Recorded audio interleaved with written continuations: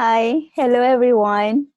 Welcome to our um, book club, week 4, and we are going to cover chapter 4 tonight, role playing the many faces of ego. And we are doing this now on Tuesday at 7 to 8 p.m. Central. So if you are interested to join us, there will be an email at the end of this session. So please email and then we'll get back to you. So introduction. I'm Alyssa, and with me is I'm Meredith. Hi. How are you today, Meredith? I am exactly where I need to be. That's what I'm going to say. That's Yeah. good. Yeah. Right? I think it's the whole thing about this book is being present, and this is where we are right now, being at the moment, right? Now. Yeah. Okay. So before we start with this chapter, let's talk a little bit or reflect a little bit about the exercise that um, we had from last week. Practice using mindfulness to remind you that you are not your thoughts, feeling, action, and personhood, and spend time each day to silently connecting to your true self. So, do you want to start your Sure. reflection? Yeah. I think my reflection of this exercise it's good. It's a good reminder. I admittedly I meditate every day, so I kind of thought that I had a pretty good control of being separate from my thoughts and not associating with that. But um, going through some life experiences over the past week, I did slip into that role of um, associating with that, and I think tonight and just going through this is another good reminder. Like it's not it's not like a one-time thing, like magically you're gonna always not associate with it, because I think that's part of that's part of our human experience, is to have thoughts and feelings and personhood and everything. But this is just another good reminder to strengthen that uh, practice. So like nothing major, but just being in the present moment right now and appreciating the practice of mindfulness and remembering that I'm not my thoughts, feelings, actions, or personhood. Did you Right. have any breakthroughs with this exercise, or what were your thoughts on it?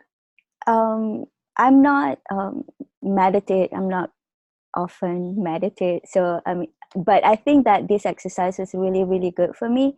And like in the past week, I remember that when I was in this one session that I was meditating, like I would just close my eyes, and then at that time it was like raining outside, and then I just try to listen to the raindrops. I mean, not even think about anything, just try to be aware of that moment.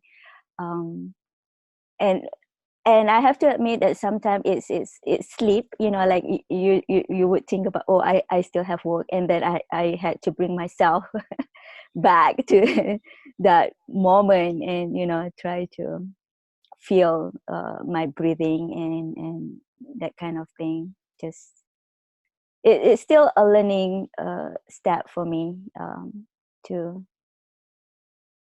um, meditate. It's not an easy thing, but I think with practice, it's going to be good. I Is it like.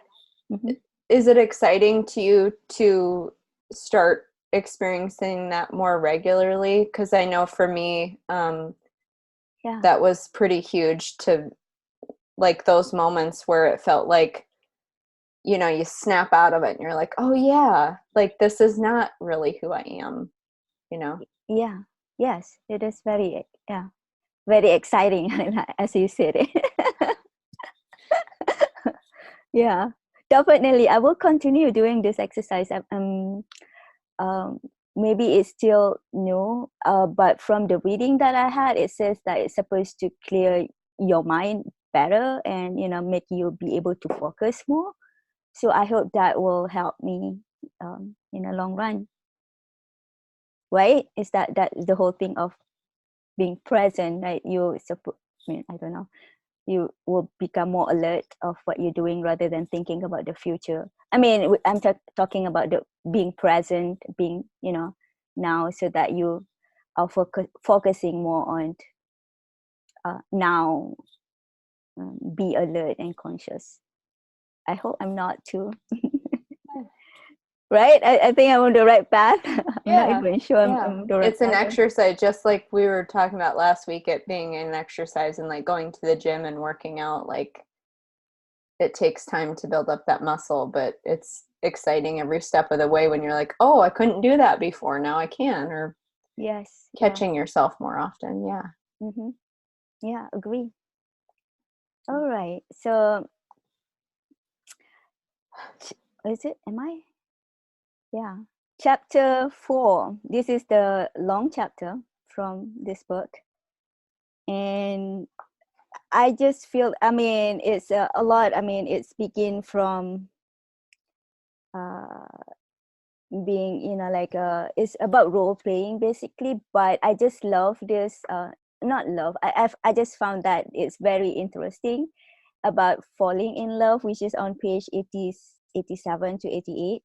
Because I think I've heard this a lot, and by reading this, it just make me think that, is it like, is it, like, thing that I thought that I understand before, is it not really true anymore, like for example, like falling in love, is it not right? Because it's not right. I mean, because falling in love, according to this definition on this book, is about, um is the intensification of egoic wanting and needing. That's very interesting, right?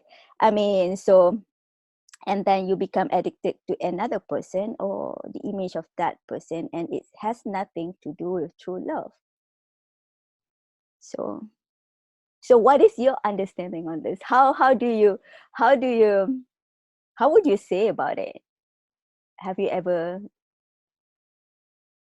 fallen in love? It, well, yeah, but I think there's like a distinction between what a lot of society calls love and what he is describing as actual true love. And I wrote down that he said, love is recognizing yourself in others, um, which romantic love and the infatuation period, and like when our hormones are, like the very human part or the ego part of falling in love is producing all these feel good hormones and chemicals and stuff in our brain.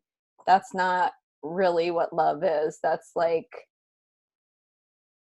what someone would probably describe as lust, or like you Yeah. just said, it's like wanting someone, or wanting the concept of what you think is going to bring you happiness. Which, yeah, all of my relationships have fallen um, along those lines. Like I've tried to evolve as a person and realize that like the infatuation period is fun, and I think there's nothing wrong with experiencing that, as a human being, but making that distinction that that's not really love. Like that is like, let's just call it what it is. It's the infatuation phase. Mm-hmm. And actual love is not trying to control someone or what they can do for you. It's like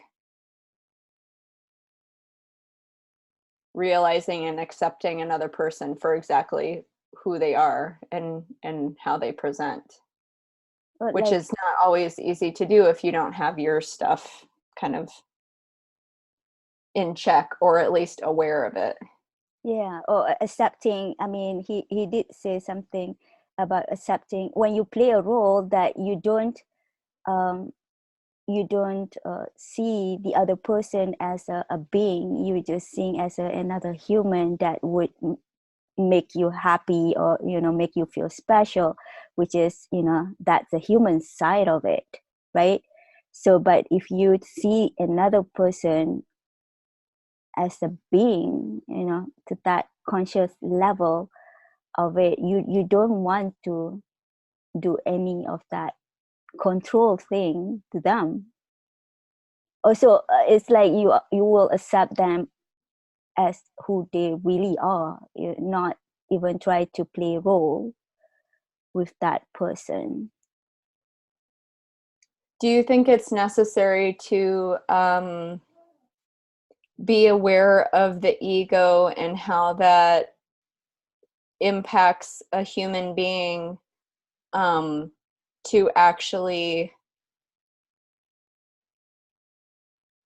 say that you love someone else? Like, do you think it's possible for a person to say that they love someone else, but they're completely unaware of how the role that the ego plays in who we are as beings? Like, do you know what I'm trying to say? Like, Yeah. um, Are you asking? Is it? Rephrase your question. like the way that he is describing love and then society's concept of love, um, do you think that in order to get from society's concept of love, which is very much like, the roles that we play and the ego roles that we're experiencing, right? Like, to get from that concept of love to what true love is, do you think that a being needs to be aware of how the ego affects them personally to be able to say that they actually love someone else? Or do you think that true love can actually be present in a relationship, but people are unaware of their ego? You know what I mean? Like, do you think that, Yeah. like, the laying the groundwork of doing the work and understanding how ego presents in your own life, like, you kind of need to have that concept figured out, or at least an awareness of it, to be able to show true love to someone else, right? Right, but I think your second point is that, what was your second thing that you said, that uh, maybe we don't really have to say that we love. I mean, do we really need to say that we love someone, or are you asking about? It's more like, is it the action of showing that you love someone? Yeah. Um, Well, I think, like, in our society, it's so easy for people to just be like, "Oh, I love you," and then that's like the end of it, where there's not like this investigation further as to what love actually is and what that actually entails. right. There's still that, like,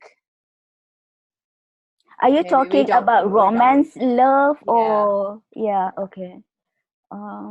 Yeah, I don't know. I don't know. I mean, that's another thing that trouble me, like, would you, I mean, even if you realize or being conscious about that, what if your partner don't realize about that, and then your understanding and their understanding are not the same thing. So, Mm. when they say they love you, what does that really mean to them, which is, might be different from when you said you love them. You know what I mean? Yeah. I don't know, do we need to establish the ground rule definition of what is love mean to you in this case? I don't know. I'm just asking question. But to me, I feel that this concept of everything, like try to differentiate between what is acceptable in society and what is this book is trying to say, because not everyone reading this book, I mean, not everyone understand or have the same perspective or view of how you view it. So that's bring to a different level of try to be on the same page. You know what I mean? Yeah. Well, and then like going back to what you said about like your partner not being on the same page, like is needing your partner to be aware of their own ego, is that you being egotistical as I well? know, Because that's right? kind of a Yeah, like it is. controlling them. Like, It is. no, you need to understand I actually know, what love is. right. Oh, so And I think complex. I heard a discussion between Oprah and Eckhart talk about this. Like you would want someone that you love, your partners, to have the same to have the same understanding. But then it's like you said, it's become it's your ego try to enhance itself. Like try to strengthen itself to make the other person accept what you believe, which is exactly your ego, like even Yeah. so, yeah. Or even feeling better about yourself because you're aware of Mhm. your ego. Like Right. that's egotistical in It is, itself. it is. Yes, yes, it is. So I don't think there is, like there is a right way to do thing. It's more like, like you being conscious of what that is. I think that is the most important thing, and then how you accept that. I don't know. Is And maybe it's supposed to be a very personal thing. Like the second you're stepping out of yourself and needing someone else to be a certain way, mm-hmm. you're kind of losing focus of what needs to be done, right? Yeah. Yes. Like the book is all about a personal, it gets very Mm-hmm. much a personal Yeah. Journey. path. Yeah. Yeah. Mm-hmm. Yeah. Yeah.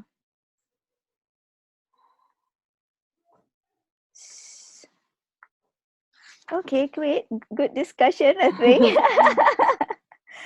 Uh, so, should I move to the next slide then? Sure.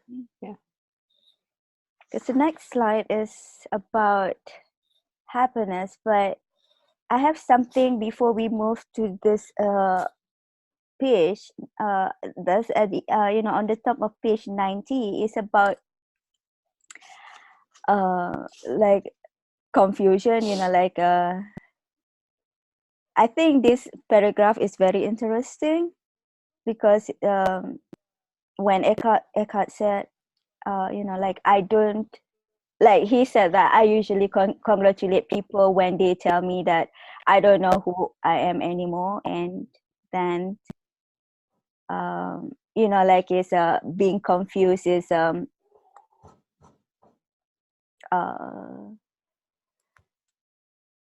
it's like like confusion is I I don't know but I should know, or I don't know but I need to know. It's that really, I think it's bring back to the thoughts of for identity that we talk about in chapter 3. Uh-huh. Like I am kind of thing, like you try to uh define who you are, like I am, or that's mine. Mhm. And I feel that this is, I don't know, this is very very interesting. So maybe you can talk more about this. I think you mentioned that as well. Um,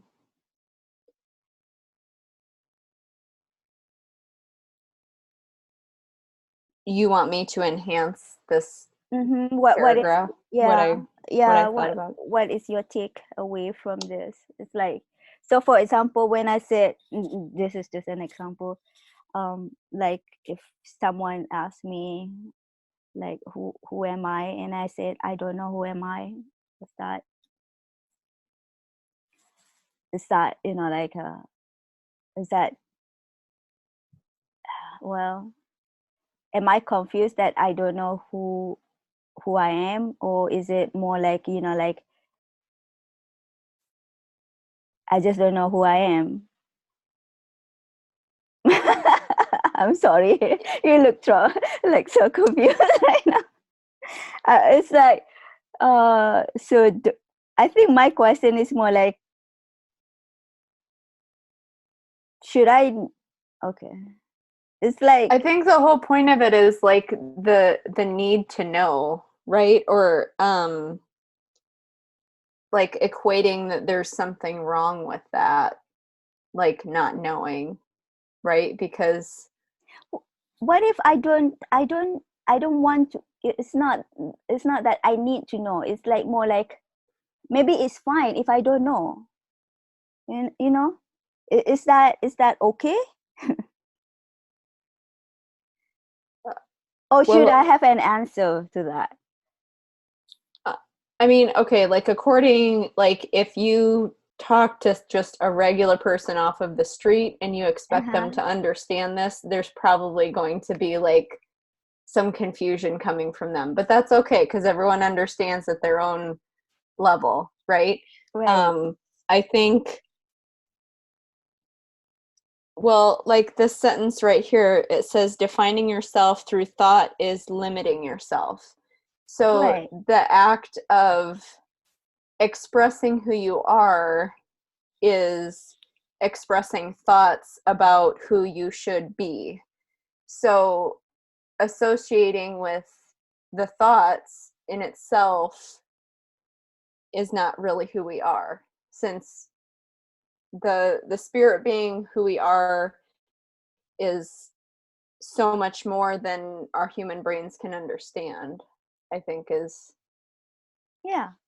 Yeah, I mean, I like that you bring the fact that if, you know, someone asked me, and you know, on the street like you said, and I said I don't know who I am, and You'd be then like, that what? person, what, right? But then what if you read this book and when it say when you fully accept that you don't know, you actually enter a state of peace and clarity that is closer to who you truly are than thought could ever be. So it's actually a good thing that you don't know, right? Yeah. Yeah. Right, but you're right, that would definitely, what, you know, like confuse people, you know, person that asks you questions, that if you answer something like that, I know it's very interesting. I don't think I can, I'm not sure if I can accept that 100%, because I might be the that person if I'm just putting myself on the street, and if I ask, you know, someone who you are, and that person said I don't know, I would, you know, like, what? I mean, you don't know who you are? You know, it's like, it's out of, I mean, it's not common. I mean, it's not, you know what I mean? I don't know. Yeah. It's, I feel Yeah. that, No, there's definitely a fine tightrope that you kind of walk as you level up in your consciousness of um I think spiritual concepts such as um like separating from the ego. And since not everyone is there, they're not going to understand. mm-hmm, So just allowing them that to like be confused if they need to be confused, but like you under you personally understanding that you're not your thoughts mm-hmm, and such. And maybe it does feel a little authentic to like be like, okay, this person is not going to understand me if I start talking about the ego and being separated from it and all that. Like sometimes you have to play along just being a human being talking to another human being. Like you can't always be super zenned out and like, Yes. Yeah. like a lofty, spiritual person. I think it's important to connect with people where they're at, but like, Right. as long as you know, then that's what's most important, But right? you would you think that is pretentious because you know that you you just answer the question, Yeah. like you have that expected answer, kind of like what you think that the other person would want to hear, because that is like, Yeah. the ego in itself, because you're just giving the right answer based on what society think is right. I know. Yeah. I mean, it's I don't think I'm that level to answer that question whether or not it's the right thing to say or not. But yeah, I don't know. But would you do that? Would you just Would answer? no, not unless I knew the person Mm, well enough. Like, me personally, I do try to be mindful of the words that I use. So mm. even something like, this might not be directly related, but like the phrase good morning, I don't use that anymore because it's in relation to like passing away, and it was a phrase that was used in relation to death, and for some reason we still utilize this I phrase as like didn't know. part of our daily I did not know habits or something. that. There's like a negative connotation to the word mourning, like it's related to death or like dying. I'm Oh, probably not explaining it super correctly, but I remember when I learned that it was associated with that, I was like, I'm just not going to say good morning anymore, because to me words have power. how about good afternoon or good night? Well, I usually just truck along by just saying hi to people. Or Okay. like, yeah. Um, but I don't think afternoon or good evening has a, Mm. maybe I should do some more research on that one. But that's just an example of like me being Words, yeah. accountable to the words that I say versus Mm-hmm. having other people need to understand me. Right. Mm-hmm. Yeah. Okay, well, so let's move on to page 95. Happiness as role versus true happiness. Hmm. This is, it's bring back to, well, Some more when you said conversation of some people more, asking, yeah. yes, yes, how are you? How are you today? How are you? Just great. Couldn't be better. True or false? Or just fine? I mean, I'm still using it. Like when people ask me, um, so I think what is the point on this page 95? Is it like, is it for us to not to say, the truth up front, not the truth, or you know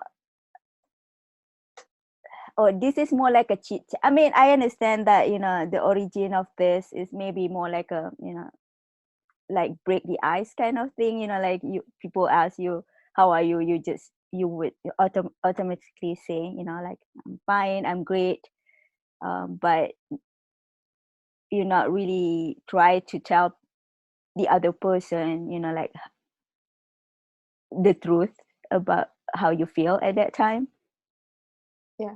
right? Yeah. I Like don't think maybe wearing a mask kind of a thing. Right. I don't think I ever hear a person, like unless it's a very close friend that would say, like I'm not, like this, if or someone that is sick that would say I'm not feeling well, But other than that, most of the answer that I would receive is just, just fine or great, and then so Do you think that that's a fear-based reaction? Why people don't get real about what they're actually experiencing? I think it's like it's become a culture. It's like if I talk about where I'm from, like I don't think we ever. I mean, maybe we do as like use the word "How are you," but not that often. I don't believe so. I think it's more like a culture kind of thing that people in the United States would ask. Like, and it's become like a habit. It doesn't matter how the true feeling at that moment really is. It's more like a habit. Yeah, I would say Yeah. it's just a habit. Just like something to say almost. Yeah. Like it's one step above how's the weather. Yes, exactly. Yeah. No one really wants to talk about the weather. It just gives you some way to connect. Yeah. So yeah, no, you bring up a good point because that a positivity in it, right? Because it's like you don't want to talk to a stranger about that you feel bad that day, right? Or someone you just an acquaintance from work. You don't, of course, you don't want to share your true feeling with that person, right? Yeah. Yeah. So do you think that like the the headline says happiness as a role versus true happiness? Do you think that the role of happiness is more so about um, putting on a mask to say that everything is fine, and then true Yeah. happiness is cultivated within, so it doesn't matter what your external circumstances are, like you can be happy internally, but like happiness as a role is like another way that the ego plays its games of needing to be a certain way. Yeah. I think you're right. Yes. Like I need to be happy because otherwise, you know, I'll be judged or I won't be loved or whatever like story you're saying internally. Yeah. Yes. Yeah. I agree. If you look on like page 96 when it says don't seek happiness, because you cannot really even if you try to seek happiness, you won't find it. And then but freedom from unhappiness is attainable now. So it's more like your is it's like you can being not happy. I don't know how to say that right. Like you have a free, being freedom from unhappiness. Like you're free from unhappiness if you're being in the moment, in the present. Yeah. But what if you're sad at that time? How can you have a freedom from unhappiness?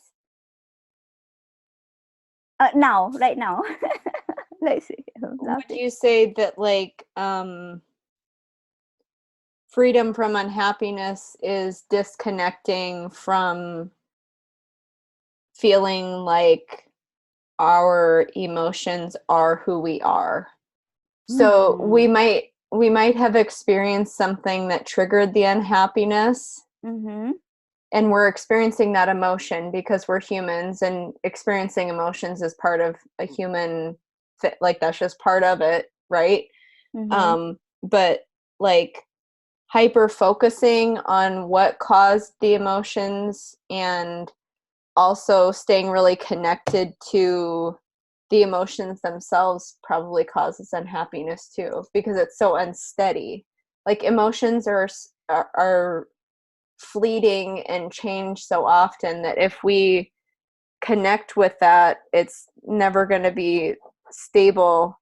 You know what I mean? Like that's not who Yeah. we are. That's just something we experience. Yeah. Yes. It And I like how he said it's um by facing what is rather than making up stories about it. So like facing it to me would would sound like labeling the emotion, like I am experiencing the feeling of unhappiness, and then having the thought in my head of like, okay, now I can let that go. That's not who I really am. Mm-hmm. So if you can do that, then you are free from unhappiness, right? Yeah, because it doesn't have the grip on you. But what if, even if you try, you cannot let go? It's like the feeling is there and you don't know what caused it. Like, Well, do you need to know what caused it, or do you just need to be aware that it's there and that it's not who you really are? okay. Yeah, I mean, I think I can accept the fact that uh it's there and it's not who you really are, but it's still like the feeling is still lingering around you. It's like, like you can notice that the feeling of unhappy or feeling, that feeling, but and you are aware of that it's not who you are, but you just cannot get rid of it. I, I don't know. I feel that like last weekend, like I don't know what to do with it. It just I feel like, and and I keep thinking about, what could have caused that, and I never. I mean, last weekend I never found out what really caused that. But it's still, like it's not that you uh like you recognize it's there, but I think the problem is that my problem I cannot like remove it from me. That's you know So, like, when you notice that you're experiencing that, uh-huh. what's like, It's more like a negative energy that lingering around me. It's like, um, and then what was your question? What did I do? what, well, I was going to say, what is your thought process then, like, when you're experiencing that? Are you labeling it as something wrong that needs to be fixed, or are you just saying like, Hmm. this is part of my human experience, but it's not who I am? Yeah, I don't think I reaching that level yet. I don't think I'm, like maybe I'm still like attached to it. I'm not really fully detached to that, and that's why it's really bother me, kind of like, Yeah. Although that I'm aware that I think my goal it's not really my goal. It's like I was trying to investigate why why did I feel that way, like without reason. So that's, Mm. but that's just another story. uh, but I think in this page, I think it's really talk about. I think the main point is that it's more like, like uh it's, for example, in the middle of the page when it says, like is for you to be aware of the thoughts and that separate them from the situation, and then and instead of making story, and say something like I'm ruined, but it's more like,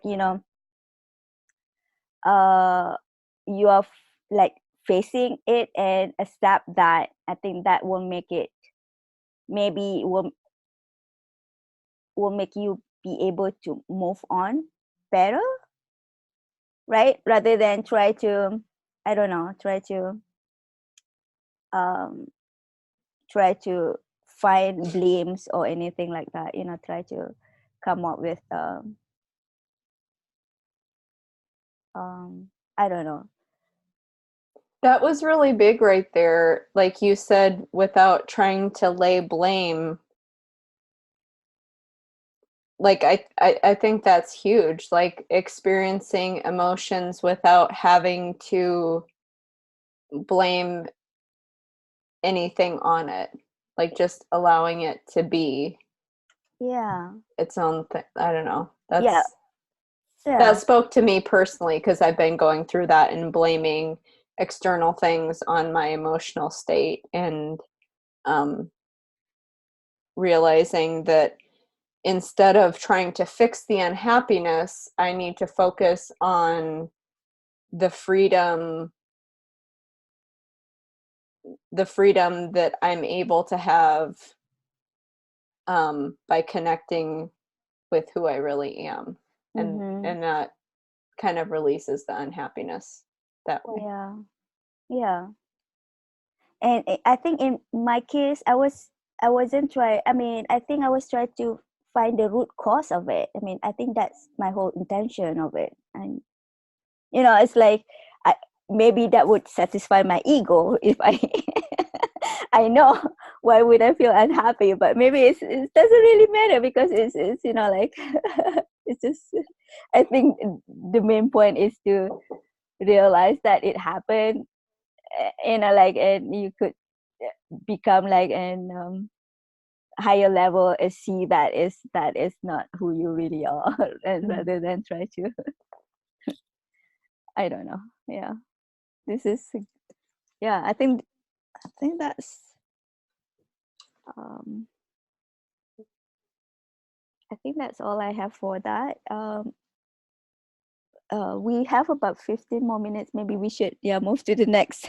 It's a huge chapter. It's a very long chapter, but this is another. I think the main focus of this chapter is about role playing, and I think that's why I have this slide is on basically on page 105 is when he talk about human and being, and Mhm. then uh like all of us uh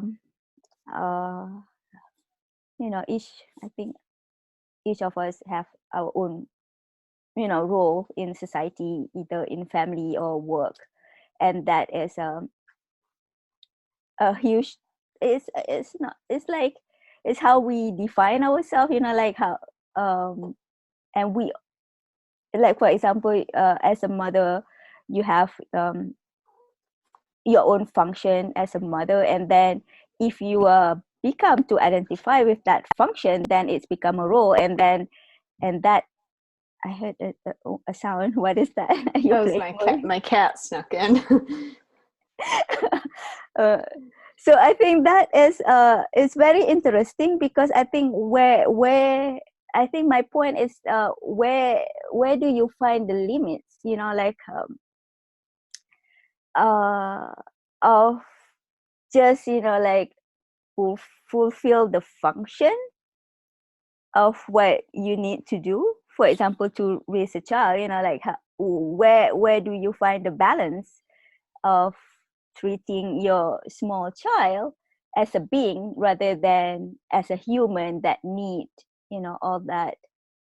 all the thing that is needed for you to fulfill for them. Yeah. I So don't I don't know.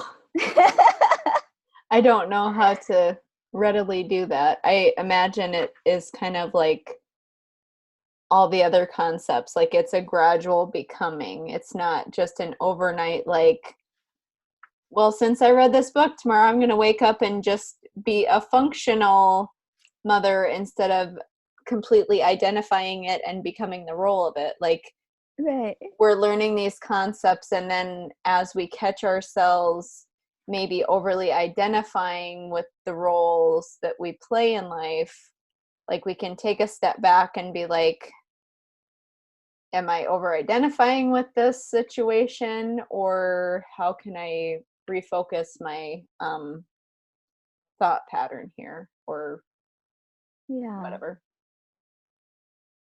um Another question is like, what would you do if, let's say, you are treating if you're like treating your child as a being, what would you do as opposed to like having a role as a mother? What would you do? How is that difference, you know it feels like it would probably entail less controlling or trying to control the child, Mm-hmm. like allowing them space to learn about how they are in the world and Make their own mistake. yeah, making their own mistakes and coming to their own level of consciousness on their own. Everyone's on their own path, so like trying to force it is not going to work. Right. I think you got it. Don't say that you don't get it. I mean, that's how I understand. And like you, I'm even younger in this process. But that's exactly how I understand it as well. I mean, you know, the difference between, you know, fulfill the function as opposed to become a role of that, or a role playing, you know, like even for your partner and spouse, or um, it's the same thing, or even at work, which is, I mean, I think it's on, I forgot which page, when he talked about a role at work, which is, I think it's very interesting. If I can find that, when he said, you know, like some people, like they are, they don't even realize that they are being conscious about uh, fulfill their work. Do you remember that part when he said something of Well, that? I just read on page 110 how it says a person in the grip of ego, however, doesn't recognize suffering as suffering, but will look upon it only as an appropriate response in any given situation. The Mm-hmm. ego, in its own blindness, is incapable of seeing the suffering it inflicts on itself and others. So, like, I guess that would be applied everywhere. I'm not Yeah, I work, think but I read something about work and role playing, but hmm. and now I cannot find that. Uh, 121, I think, work with and without ego. Oh, Mm-hmm. You know, there was a story that Eckhart was telling Oprah, that I listened to this the, you know, discussion, that there was this woman that there was an encounter that, and Eckhart said that the question from Eckhart, "Are you a teacher?" And then this woman said, "How do you know?" And that is just because of the way that woman was talking to him was the same as how she would talking to the student. And you know, it's like we sometimes, this kind of role that we without, you know, we are doing it, even, you know, like unconsciously doing it to everyone, if without even realizing it, that you are doing it to everyone. That, you know, like the way how you speak to another person, you know, like how you speak to, in this case it's like the way she speaking is like how she speak to her student. So like it's like she's so heavily identified in the teacher, yeah, like just in the that just teacher's permeates role. wherever. Yeah, that makes sense. Yeah. um I don't know where I was going on that. Oh, giving up role playing. So are we ready to giving up role playing? Maybe.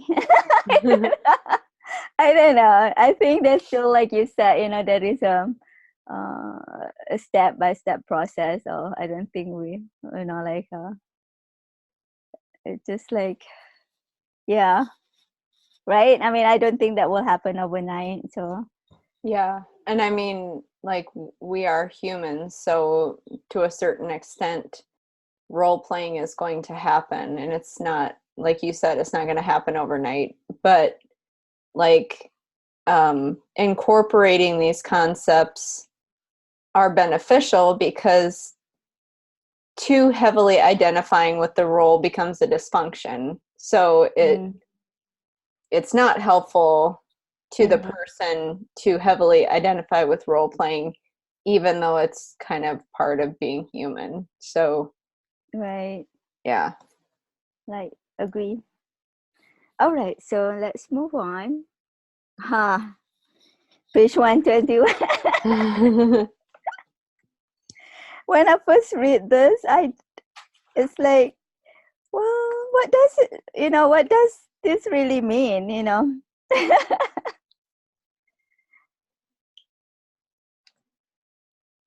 What do you think it means? It just seems to me that, like there is no truth. Maybe there is no truth, because truth is actually uh, just thoughts. Well, then, how about facts? Is that a truth? Is a fact a truth? I don't know. It's like, I A remember. fact to you might be different than a fact to me, right? Well, no, well, like a speed of light. For example, speed. The speed of light is faster than speed of noise, right? And that you can really observe by lightning and flash. Flash, lightning, and the what was the noise of it? The thunder. Yeah. So that is a fact, because like light travel faster than noise, right? I mean, it's a fact. So is that saying that the facts is not a truth? I don't know. This, like I said, I was like, what does this really mean? And it's on page 121, and it say, in Zen they say, don't seek the truth, just cease to cherish opinions, and then Maybe, I let mean, go of identification with your mind. Who you who you who you are beyond the mind then emerge by itself. Okay, I it's don't know. almost like letting go of other people's opinions or their reflections, kind of allows for things to unfold naturally and like the truth to come out on its own. Oh, so there is still truth. It would come out, but don't seek the truth. Is that what you understand by this? That's how I understood it, because the Okay. act of seeking the act of seeking is like saying that there's something wrong with not knowing, right? Yeah. Kind of like the Right. whole seeking happiness thing, like just Mm-hmm. allowing what is to be versus trying to figure it out and change it. Mm-hmm. Okay. I don't know. This is really a It is. deep It's concept. it's really conceptual. Yeah, it is, and that's why I put it over here. Hopefully, you can shed some light to it. You're not supposed to seek my opinion, though. Well, I just try to cherish your opinion. Oh, this is, yeah. Anything else that you want to add to this? I think that is what I have. Yeah, I don't So think I have anything to add to before that. before the exercise for this week, and then I think this is going to be a good exercise. Uh, and I got this from Eckhart's suggestion about when you try, like to I think you try to, I don't know, try to be, I think it's like a continue from the exercise from last week, but this is more like how you would handle something that bother you, or like if let's say a noise that bother you, how would you put that noise and try to make it like pass through you, like like practice imagine that happen. I think it will be interesting to try. I don't know how it will turn out. Find something that It's irritates you. like not absorbing it, which I like because I'm experiencing that right now. Like I'm hearing a noise in my house that I want to stop. Uh-huh. Um, and just allowing it to be and not needing to take it on takes away the energy of it. Yeah. Yeah. You up for it, right? Well, let's do this and see how it. Yep, I'm ready to start this exercise right now. This is real time practicing it. Yep, Okay. I just let it pass through. So, Wow, you've yeah. been doing that. So this will be a good practice, like for example, if we become sad of something, so we just, take that sadness and make it pass through you.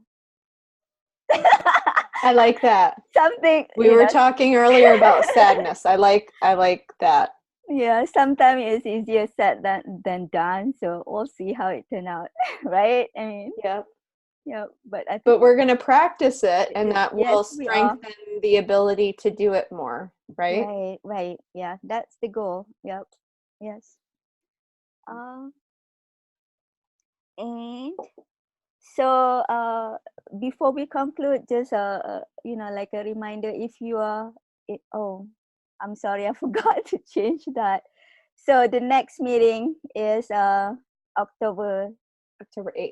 October 8th at 7 to 8 p.m. So if you are interested in joining us, feel free to contact the email mindfulmeeting@mail.com.